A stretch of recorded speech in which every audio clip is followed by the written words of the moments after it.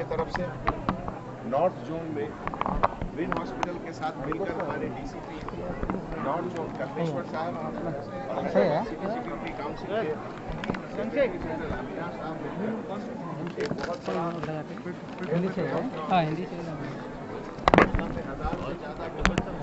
Already registered हो चुकी है।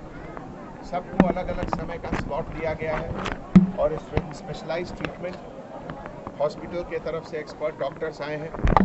हैदराबाद सिटी सिक्योरिटी काउंसिल एक नए लेवल पे आया है जिसमें कि हर फोर्टनाइट हर मंथ कम्युनिटी के लिए सिटीजन्स के लिए हम लोग उनकी सेफ्टी सिक्योरिटी उनकी वेलफेयर के लिए कुछ ना कुछ करते रहेंगे और ख़ासकर ऐसे ग्रुप जो नेग्लेक्टेड हैं जो वीक हैं उनके लिए बहुत ज़रूरी है।